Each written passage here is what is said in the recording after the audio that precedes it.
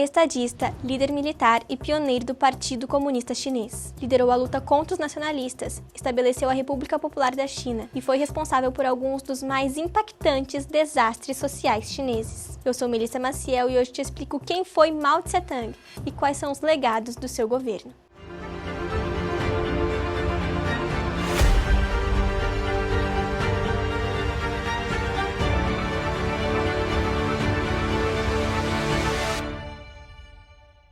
Mao Tse-tung nasceu na província de Yunnan, na China, em 1893, e pertencia a uma família muito abastada. Os recursos vinham da ocupação de seu pai, que era um fazendeiro muito bem-sucedido. Mao concluiu seus estudos primários com 13 anos, e com essa idade, para se desvencilhar de um casamento arranjado proposto por seu pai, fugiu de casa. Quando jovem, presenciou grandes acontecimentos da história chinesa. Em 1911, por exemplo, enquanto estudava para se tornar um professor, irrompeu a Revolução Xinhai no país. Essa revolução derrubou a monarquia e instaurou a República Chinesa. Essa experiência revolucionária, somada à sua formação acadêmica, que durou de 1913 a 1918, e a uma revolução de caráter socialista que despontou na Rússia, foram fatores contribuintes para a formação da linha ideológica de Mao.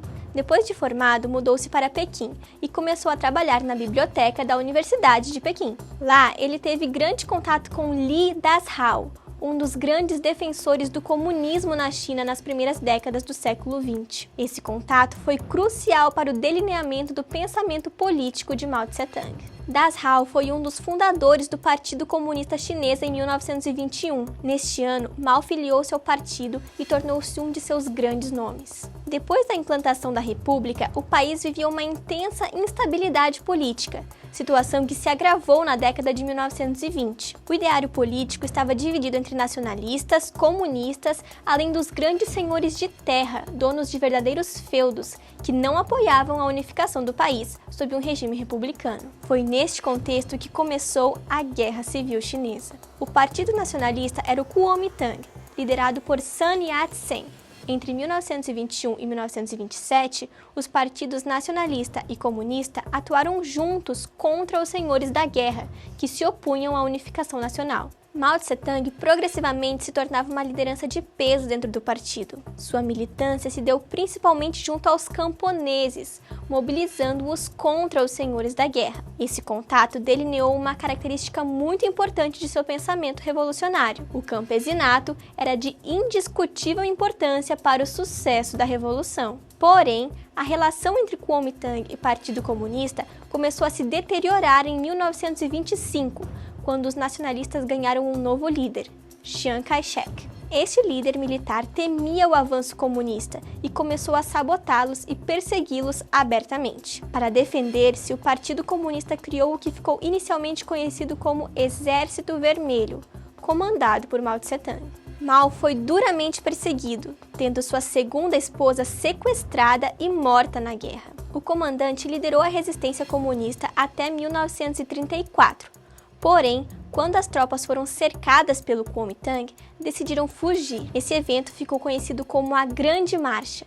Cerca de 100 mil soldados caminharam mais de 10 quilômetros para fugir dos nacionalistas, e apenas 10% sobreviveram. Depois desse acontecimento, Mao Tse-tung foi nomeado líder do Partido Comunista. A partir de 1937, os conflitos entre os grupos ideológicos foram pausados devido à investida contra os japoneses, algo que afetava tanto comunistas quanto nacionalistas. Era a Segunda Guerra Sino-Japonesa. O Japão, desde a década de 1930, alimentava ambições imperialistas sobre as regiões vizinhas, e a China era um de seus principais alvos. O confronto com os japoneses durou até 1945, quando estes foram derrotados na Segunda Guerra Mundial. Depois disso, os líderes dos nacionalistas e comunistas, Chiang Kai-shek e Mao Tse-tung, se reuniram para negociar um possível governo conjunto. As negociações, porém, fracassaram e a Guerra Civil foi retomada. Nacionalistas receberam apoio dos Estados Unidos, mas os comunistas haviam se fortalecido significativamente entre a população camponesa. Lembra da movimentação de Mao entre os camponeses lá atrás? Pois é,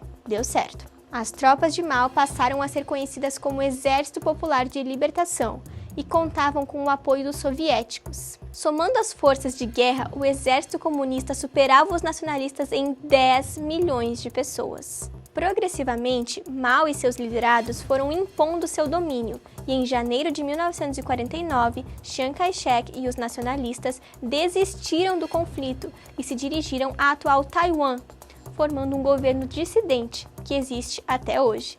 Em 1º de outubro de 1949, Mao Tse-tung proclamou a República Popular da China e deu o start na Revolução Chinesa. Foi a partir desse momento que as transformações que fizeram da China um país comunista começaram a ser instauradas. Mao se tornou uma das pessoas mais influentes e poderosas do país, mas seus planos para o crescimento econômico da nação causaram sérias catástrofes sociais. Para fortalecer-se no poder e eliminar possíveis ameaças, Mao promoveu campanhas de perseguição a antigos apoiadores do Kuomintang, grandes capitalistas, senhores feudais e a opositores de seu governo. Essa perseguição aconteceu por meio das campanhas 3 ante e 5 ante, que promoveram humilhações públicas, prisões, torturas e execuções de milhares de pessoas. Além disso, muitos foram enviados para campos de trabalho forçado e outros milhares, tentando fugir do desespero, cometeram suicídio. Mao implantou ainda alguns planos para a recuperação da economia, que estava em frangalhos devido aos conflitos contínuos desde 1911. Estes ficaram conhecidos como planos quinquenais, pois deveriam mostrar resultado dentro de 5 anos. O primeiro deles, sancionado em 1953, estabeleceu uma reforma agrária. As terras dos senhores da guerra foram tomadas pelo Estado e distribuídas entre os camponeses. Foram criadas então enormes fazendas coletivizadas. Mas não se engane, porque não foi tão lindo e igualitário assim como você está pensando.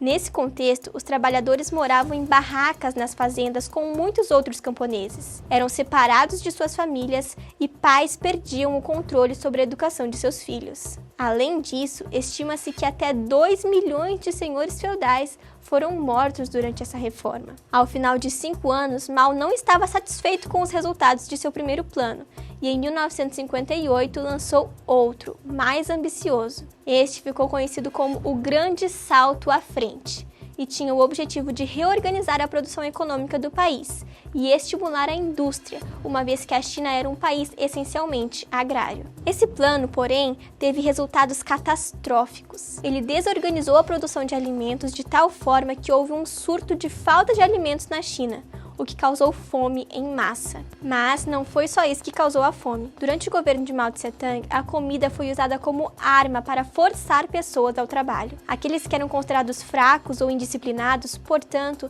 eram propositalmente privados de alimentação. Os registros mais recentes expõem que entre 1958 e 1962, aproximadamente 45 milhões de chineses morreram de fome. E as tragédias não param por aí. Em 1966, Mao resolveu impulsionar mais uma campanha de perseguição, mas dessa vez foi diferente. A Revolução Cultural Chinesa, que durou 10 anos, mobilizou principalmente estudantes, que formaram os Guardas Vermelhos. Eles eram responsáveis por perseguir e denunciar integrantes da burguesia. Com essa empreitada, Mao tinha o objetivo de afinar as próximas gerações com o que ele pensava, tornar os sistemas públicos menos elitizados e desestruturar a classe que teria poder intelectual para tirá-lo do poder, ou seja, realizar uma reeducação doutrinária do povo. Esse cenário provocou uma situação de paranoia e perseguição ideológica na China, além da quase extinção do ensino superior, uma vez que os mais perseguidos eram os professores. Estima-se que cerca de 2 milhões de pessoas foram mortas nesses 10 anos de Revolução Cultural. Foi em 1976,